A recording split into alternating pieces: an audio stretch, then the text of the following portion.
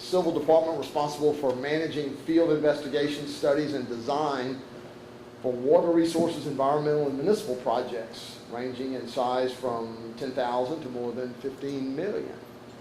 She's been working on water resource related projects in Southeast Louisiana since 2005. This is an appropriate year with Katrina and Rita. Where she was part of the program management team helping the United States Army Corps of Engineers repair the New Orleans Hurricane Protection System. Subsequently, she's helped other clients, including CPRA, Southeast Louisiana Flood Protection Authority East, Ascension, Plaquemine, St. Tammany, Tangipahoa, and East Baton Rouge parishes on water resource projects. So I'll let her fill you in with everything else. So, ladies and gentlemen, a warm Baton Rouge Press Club welcome for Ms. Melissa Kennedy.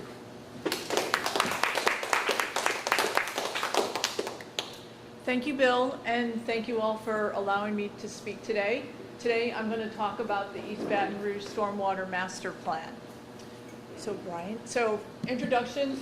Bill already introduced me. As he said, I've been working on projects in Southeast Louisiana since 2005 and did come down here as a result of Hurricane Katrina. I have subsequently moved down here in 2014, and I've been residing in Baton Rouge since then, working with a number of parishes on water resources projects. So I'm going to give you a general overview of the East Baton Rouge Stormwater Master Plan, and then talk about our project approach to the plan, as well as the status of where we are today. And then I'm going to give you a little overview of the value of the plan. So as you can see, this is Baton Rouge in the center of all these other parishes. Baton Rouge has more than 370 drainage channels, so there's a lot of water.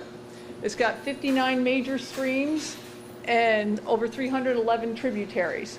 Over 40% of the parish is in the 100-year flood zone. And what that means, it's in an area which has 1% chance of exceeding a 100-year storm in 1 year, every year. And I'm going to talk about climate change too, how we're incorporating climate change into the Baton Rouge Stormwater Master Plan. So the project came to be in 2017 when the mayor first got into office. This was one of her high priority areas to work on was stormwater management. So subsequently HNTB was hired to do that. And we met to discuss what are the goals of the project. So we met with the administration and a number of people to discuss how we wanted to address the problem. And those are listed up there. One, it had to be watershed based, not political boundaries. And it had to be able to identify the flood hazards and then be able to come up with solutions to mitigate those flood hazards. And we wanted to make sure it was data and science driven, not politically driven. So we want to be able to develop a technical plan to reduce flood risk and have no negative impacts upstream or downstream, and again, account for the changing climate.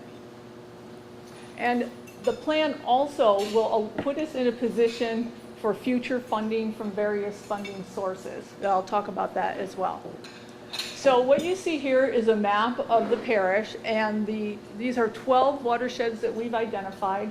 The purple is the city of Central, which has their own government entity, and they kind of have their own watershed designation, so they have their own plan. So we are not really addressing what is happening in the city of Central. But the other watersheds are identified there. And that's how we're basing our overall plan. So what we want to do is the plan is going to identify the flood-related risk and the vulnerabilities. In other words, what floods where, why, and the damages as a result. And then we want to manage those risks by coming up with recommended projects to help reduce the flood risk and come up with recommended policies to help reduce future flood risk. So these are just some of the critical success factors that we talk about, various things that we want to address. Again, data and science driven. We want to evaluate a number of flooding events, not just big ones. We're looking at a bunch of them. And you'll see up there, there's a lot of coordination with other entities. We're coordinating with the Watershed Initiative. We coordinate with the Corps, our adjacent parishes. We're coordinating with LSU, BREC, Baton Rouge schools, a number of entities, and again, our neighbors, Zachary, Baker, Central. So the plan is composed of basically 3 components. One, policies that we're going to be looking at to reduce the flood risk, and we want to address policies mostly related to development. And then projects, again, projects that are data-driven, and we use modeling to evaluate the situation as well as the projects. And we're going to prioritize those projects, and I'll talk about that in a minute. And then how do we pay for all of this? We want to identify various sources of funding, whether it's federal, state, local, to help pay for these projects and changes in policies. So our project approach it's threefold. We collect the data, we take that data, and we identify the deficiencies and then develop the solutions, and then we come up with the capital improvement plan. We're going to do a 20-year capital improvement plan, which will outline the different projects over time and how much they cost. And then along the bottom, you see public engagement. Public engagement has been going on since the very beginning of the project, that we started originally in 2017, but it really took off in 2020. So the data collection, what we did is we surveyed a number of channels throughout the parish, major channels and smaller channels. We also utilized existing information from other entities that had already obtained information, and that's shown in the orange. We obtained information from the state and from the Corps of Engineers. So we capitalized on information that was already available. And then we did additional surveys of channels by doing cross-sections of the channels, collecting the information on the bridges and culverts, and there's like over 800 bridges and culverts. And then next, we also did a survey of the subsurface system. Baton Rouge has a very expansive subsurface system of pipes, culverts, inlets, etc. We were able to identify over 60,000 different structures and put all of that information into a GIS database. In addition to collecting information on the type, size, location of the structures, we also did a qualitative assessment on the condition and the amount of sediment in each of these structures. So this database has been developed and has been given to the parish, and they are actually utilizing that information right now to help them manage their maintenance work. We also developed an asset management plan to help them with the future maintenance of that system. So once we collect the data, we then put this into our models. And we have a tiered modeling approach, 3 different levels. One is a regional model that we've developed that covers the entire parish and then some, because the watershed, the large watershed, extends beyond the parish limits. And that's it covers a lower resolution mapping, and we use that for planning. That regional model is utilized to evaluate the much longer duration, higher intensity storms, as well as covering a multitude of areas. So, for example, the 2016 storm event is one that we would utilize this model to evaluate, as well as coming up with solutions. The second tier is a watershed base. And what you see in this graphic is the clay cut watershed. So all those watersheds I showed you on the previous slide, those 11 watersheds, we have a separate model for each of those watersheds. And those give you a little bit more detail, and we can get more into the neighborhood level of evaluation of the system. And then the third level is street level flood mapping. We have another model that we use to even dive deeper and into smaller areas. And we have about, I think it's like over 100 of these other models for smaller areas. So what I want you to notice is the red box up there. On the next slide, each of those, what I'm showing is that same red box for each of the different types of models. So that first one on the left, the tier 1, you can see it's less detailed. We have major tributaries in that and some of the significant structures. The middle one is the tier 2. You get a tighter grid, which means we're evaluating a little bit more detailed, and we get more of the structures and channels, etc., in that model. And the third one is the tier 3. This one actually captures the subsurface system. So here, we're able to evaluate what happens on a very localized level. So how do we do this evaluation? We put the data in the models, and what you're seeing here, I think, Brian, if you click it again, it'll start moving. This is a little demonstration. This is just a segment of a model. This is actually within the Ward Creek watershed. And you can see the little white lines might be harder to see in the back. It shows how the water moves throughout the watershed and we look at this for various events. So the models are able to tell us where the channel overflows its banks, the extent of flooding and the depth of flooding. And then we also use those models to determine the damages that are caused by the flooding. And then we can evaluate solutions with the model. So we can put in the solution in the model and see how it reduces that risk of flooding. So, and in terms of climate change, again, we're evaluating a multitude of rain events. For the regional model, we evaluate the 72-hour storm for a whole bunch of rain events. For the mid-level model, we're evaluating 24-hour duration storms for, again, a whole bunch of rain depths. And the third one, the same, it's a 6-hour storm, and we're again evaluating a bunch of different rain depths. So what you see here is some of the projects that we've already identified moving forward with utilizing the modeling and utilizing parish input on where there are issues. That first one is maintenance of the existing system. The parish is putting up $20 million right now from the American CARES Act funding to address some of the backlog of the maintenance. And that includes cleaning out those inlets and pipes that I talked about before. It's also going to be doing some of the channel clearing and snagging to remove debris and blockages in the channels. Then there are 8 hazard mitigation grant program projects that have been approved and are funded right now. And the parish is starting the process of working on those and getting those through the FEMA process and into construction. And then there are 3 Louisiana Watershed Initiative projects that have also been approved and are now funded. And so what you see on the top is the maintenance one. The left picture on the top, that's a Wards Creek. There's a constriction there, and that's going to be removed as part of one of the hazard mitigation grant programs. And then the other thing we're addressing are policies. We've already done some interim policies, and I'll talk about that in a minute. But what you see here is one of the policies that we've implemented as a result of a preliminary evaluation. And that is utilizing the green infrastructure sections from the MOVE BR program. We just incorporated and adapted it to the development code. And as you can see, there's been over $100 million of federally funded approved work that is going to be happening here shortly. Or actually, some of it's already started. So what you see on this slide is a very busy slide because I was trying to show a lot of information. The little circles are where the HNTB projects are.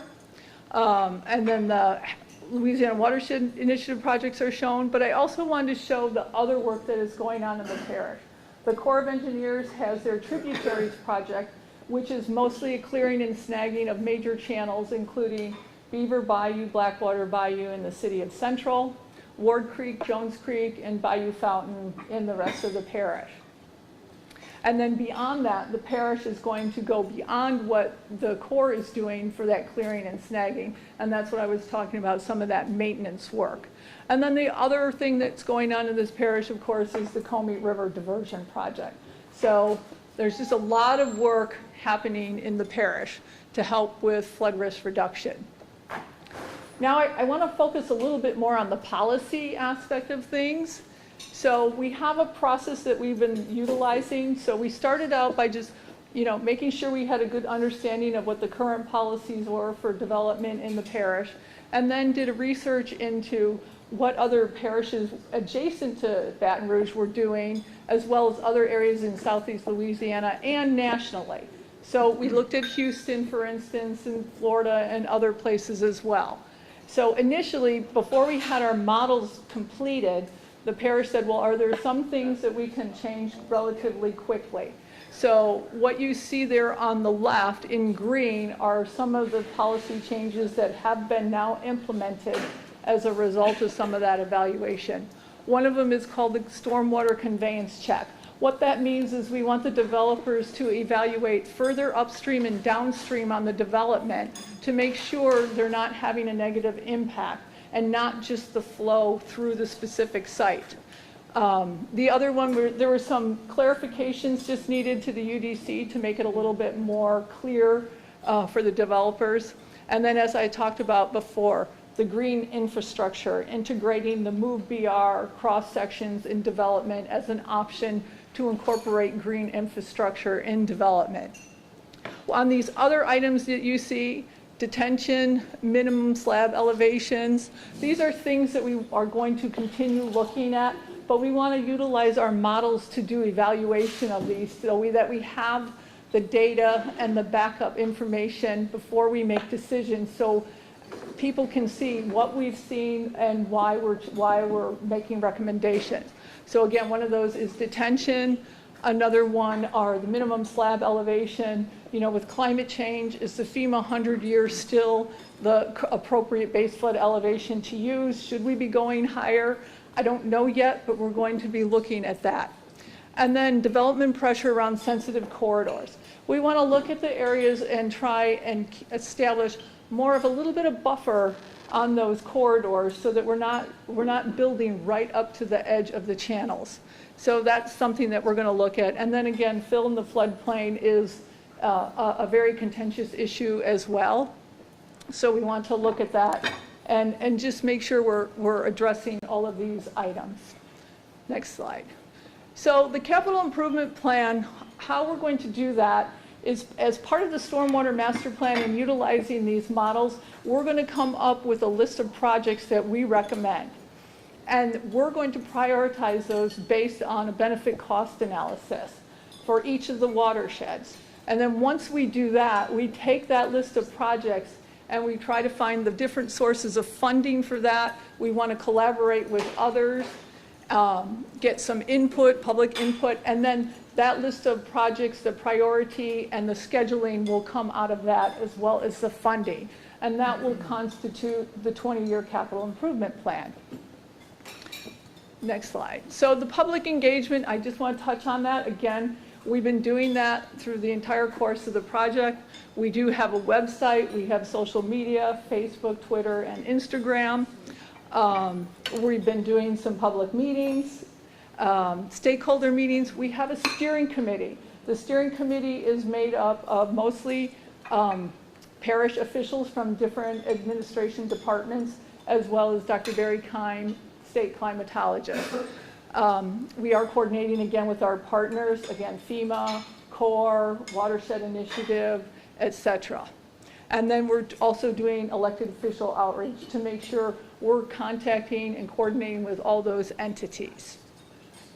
So what you see here, this is just a list of our upcoming meetings. For every watershed, we're having a separate stakeholder meeting and then a follow-on public meeting. The stakeholder meeting is just to give an introduction to those entities who know their community the best, and then can get the message out to the public for them to attend the public meeting.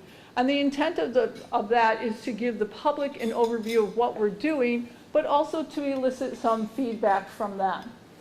We've already had a campaign to ask the public to submit photos and their concerns, and we are utilizing that information in our evaluation. So that's the schedule of our meetings. And then this is the overall schedule of the project. As I said, we started the main crux of the work in 2020, January 2020. We're here in early August 2021, and we're expected to be complete in July of 2022. So where we are right now is the data collection's been complete. We're in the flood hazard assessment phase. So that's where for each of those watersheds, we've done the identification of the flood hazards, the extent of flooding, and we're now working towards coming up with those mitigation projects to reduce the flood risk. And I do want to emphasize, you know, we do live in Southeast Louisiana. There's a lot of rain. Our focus is to reduce the flood risk. we're not going to be able to eliminate flooding, but the intent is to reduce the flood risk to as many people as possible. So that's the schedule. And then last is, you know, the value of doing a master plan. One, it's science, data and science driven. It's technical. It addresses your operation and maintenance. It does account for future resiliency due to climate change. It allows us for having, being ready for funding. I don't know if you know, but when FEMA comes up with their HMGP programs, you have a time period to submit to get projects funded, and it's a lot easier to get funding if you have these projects kind of ready to go and on the books. And then again, it allows for really a managed development going forward. That is our intent. We want to be able to make sure we're really managing our development. And that's about it. So this is, if you need to contact us, again, our email, info@stormwaterbrla.gov, our website, www.stormwaterbrla.gov, and then again, social media at Stormwater EBR. I tried to talk fast. Might have been too fast. Questions? So you talked about policies, and the plan is going to recommend policies, but ultimately it will be up to the Planning Commission and the Metro Council to implement these policies, right? That is correct. So when we start talking about policies, we have a specific stakeholder group that we work with. When we identify recommendations, we work with that stakeholder group as well as Planning Commission, who's part of that stakeholder group, so that it's not, so we don't skip over that entity, to make sure that we're taking everyone's ideas and thoughts into consideration as we move forward. But you're right, we'll give our recommendations, and then once it goes to council, it will be up to council ultimately to make the approvals. So if there's too much pushback in the development community, we might see like we did with the Brown and Go Day ordinance last week. I cannot say. Yes, sir. Forgive my ignorance, but why does Central have its own watershed, and how does that work in conjunction with all the others? So, no. So, yes, so Central is its own community. It really sits right in between Amite and Comey and has two major tributaries that are within their boundaries. It just kind of works out that way, that their political boundary and their watershed boundary are very similar. And since they're their own government entity, they're responsible for their plan, their system. But we are taking into consideration the water that goes through Central into the Comey, into the rest of the parish. So that is part, we are looking at that as well. So it's not like we're ignoring Central altogether. I was just wondering how, because I know. Yeah, you can't. Right. Like, So they couldn't pass some kind of ordinance that would impede the flow of water from north of Central into Central or something like that. correct, right. We don't want to have negative, the parish does not want to have negative upstream or downstream impacts in their plan. And then again, also we need to take into consideration what water does come out of Central into the parish.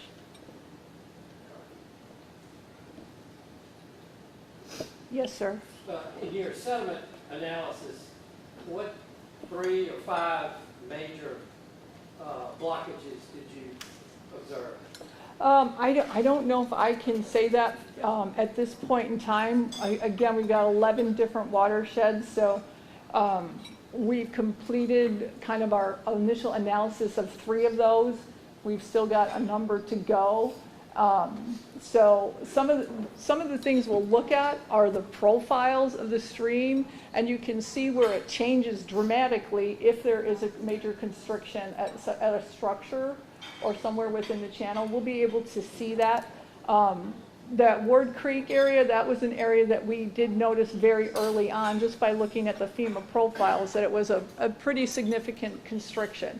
So by removing that, we can drop the water levels pretty significantly and reduce flooding upstream. And because it's so expansive downstream, we're not having a negative impact downstream. How do you feel about the $8 million budget? that the city has for drainage. It's not enough. How do you feel? I guess that's how I feel about it. And again, the funding, we're going to be looking at all sorts of sources of funding, state, federal, and local. I mean, there's going to have to be money coming, pay for some of this to keep it up, just to cover the maintenance. And there's going to be more maintenance as more of these projects get implemented.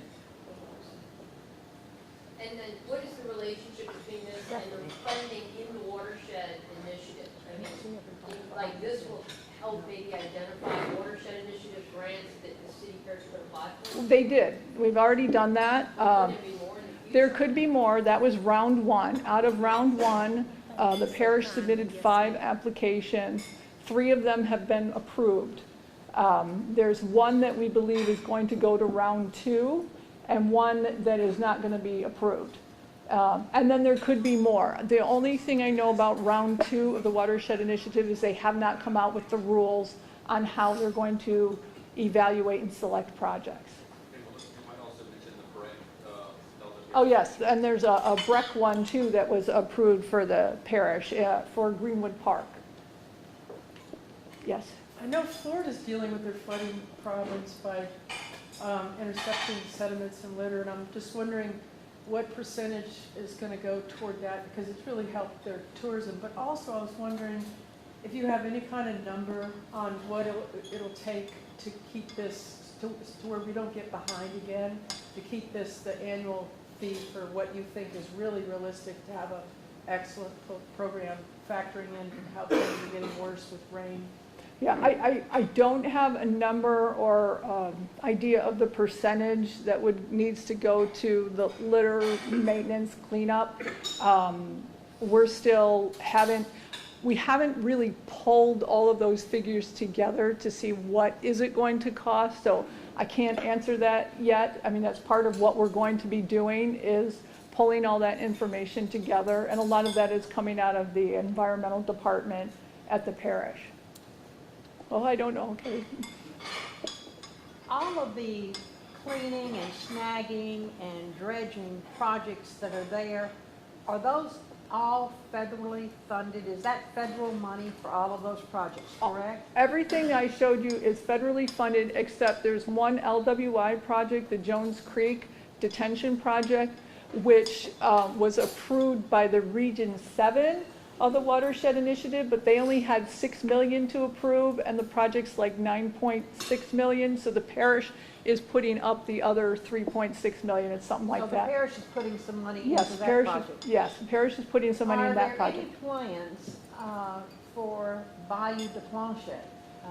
Well, right There's now, a lot of concern about that, just like Bayou Fountain, but Bayou de Planche is a real so problem also. one of the Watershed Initiative projects is in Bayou de Planche, and it is purchasing a good chunk of the floodplain. I don't know the acreage offhand. I want to say close to between 150 and 200 acres, but the intent is to purchase that land and keep it as floodplain.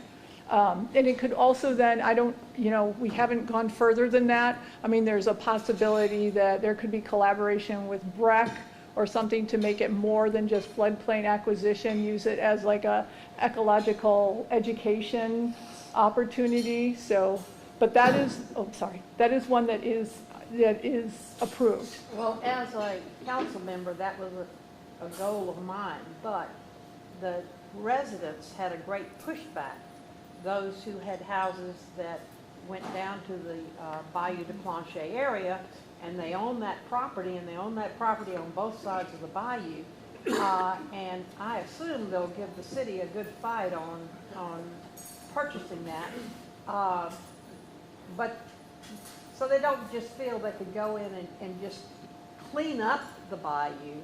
That's part of it. Rather than having to buy all the property. Well, they're going to clean up, but I want people to understand that cleaning up and dredging, you have your channel, which is a defined limit, and you can do that, and that will help with especially with smaller events and getting the flow. But when you get these much larger events that exceed the channel banks, that, I'm not going to say it doesn't matter at all, but it's not as significant to those larger storms. One more question. You said on one of your slides that there's going to be a permanent position in the mayor's office to manage this? Didn't you have that on the slide? No, I did not. I can't speak for. Will there be a permanent stormwater position? That you'll have to ask the parish that. I do not know. Yes. How much of the planning looks at the frequency of these heavy rainmakers? It seems that these 100-year rain events are coming more often. How much planning goes into how our climate might change moving forward and making sure that we're able to handle those huge rainmakers that seem to be coming? So what we've done is we've coordinated with Barry Keim and some national state climatologist experts.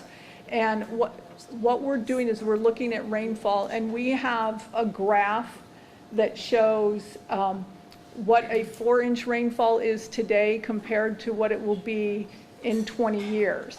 So instead of just saying we're looking at a 10-year, a 20-year, we're looking at the actual rainfall depth that's associated with those, but then can project what that's going to be in the future. So we are looking at that. That's why I said, like with the base flood elevations, we want to look at, well, what is that going to be in the future so that we're not in a position where we have to change it again in another 20 years. Does that make sense? I wish I had the graph. It could be easier to show you. And there's different storm durations. So each of those storm durations, again, the longer duration, 72, and we're looking at, it's like 3.5 inch up to like 30 inch on those longer durations. The 24-hour, it might be 3 inch to 20 inch, and then the shorter 6-hour, I think it might be even 1 inch up to like 15 or so inches. I don't know the exact numbers. And we look at like increments, 1 inch, 2 inch, 3 inch, all the way up. Another question, how much does the success of this plan rely on development around the parish? And will the plan actually address that as far as, development goes in certain areas? We hope to. We hope to address that for sure. And it definitely has an impact. For sure. I mean, we want to address development in the floodplain and making sure moving forward we're not exasperating the problem, but we're mitigating it and preventing future concerns. Do we have an idea of what that looks like? Is that something that's already been discussed? We've discussed things that we want to look at, such as I showed you up there, more detention, concern about filling the floodplain and how you build in the floodplain, buffer zones or conservation areas, that type of thing. Maybe we leave, 50, 75 feet from channel banks before we even start any building or filling. So those are things we're going to be looking at. And we want to use the models to be able to show people so that they can actually see, and therefore we have that data and background to support any recommendations. And last one for me, just as this is a 20-year plan, how much of these projects, maybe like the Tributary project, Wards Creek, how many of these can we start seeing significant impact on early on rather than? Well, and that's why I said those are all approved and funded. So the Corps, I think the Corps is going to construction this fall on their Tributaries project. I don't have the specific schedule. The Comite is under construction already, and they say they're going to be done, I think, in 2024. We'll see. Those other ones, again, they're approved. 2022, I'm sorry, 2022. Sorry. And the other ones, again, they're approved and they're funded. Now we're just going through the process. The parish has to select the consultants, they have to do the design, and then FEMA has to approve that before they give the construction funds. But those are already on the books. What we're talking about now is more projects beyond those. Can you go back, I'm sorry. If you take the largest 5 rainfalls in Baton Rouge in 2021, How well did your model predict the amount of flooding? Well, so actually, we did evaluate the May 2021 event, and I think it predicted it pretty well. We've also done the 2016 event. We had done that one before. And so what we do is we do a calibration validation assessment of the model. So we actually compare it to what actually happens. So we use gauges throughout the system to see, does the model reflect what the gauges are showing? And then we also can look at high water marks, other information that people provide. So far it's done pretty good. So are you confident enough to allow the use of the model to predict the flooding based on the radar activity? Well, And tell the public what to expect with the radar that's forecasted in the next 24 hours? so what we'll have is for each of those rain events, for each of those watersheds, we'll be able to generate a flood map so that somebody can look and say, okay, it looks like it's going to rain 6 inches in about this duration. What do we think is going to happen? So you'll have that. It won't be exact. And you can. When will the public have that? That's going to be a parish question. We'll have it completed by the end of the project. Whether they'll make that available, I'm not sure. You mean 20 years from now? No. At the end of developing the plan, 2022. So 2 years from now, the public might 1 year. see predictions. If the parish chooses to use the information. You can also use the model to input that information. It just becomes a little bit more complicated, and it takes some time to actually, develop those for each of those rain events. So people think, oh, well, just change the number and you'll get the answer. It's not always that simple. Can you explain on that cool model that you had that showed the Yeah. water pattern, right? Yeah. Going over the map a few slides back. Like that shows sort of the flow Yes. rate. I mean, can you explain to us, because the development community or people that are, challenged or threatened by higher standards say, well, our standards are tough enough now that we have to retain more runoff on site than a development did before. But I mean, I think that slide was showing us that the watershed pattern changes. The watershed, when you yes. have a development, because it's not, and you lose that porous land, right? Yes. Can you explain So normally when you use detention is to retain that additional water that's coming on the site that previously infiltrated into the ground because you're adding impervious area, homes, streets, driveways, hard surfaces, sidewalks, etc. So that is the point of the detention.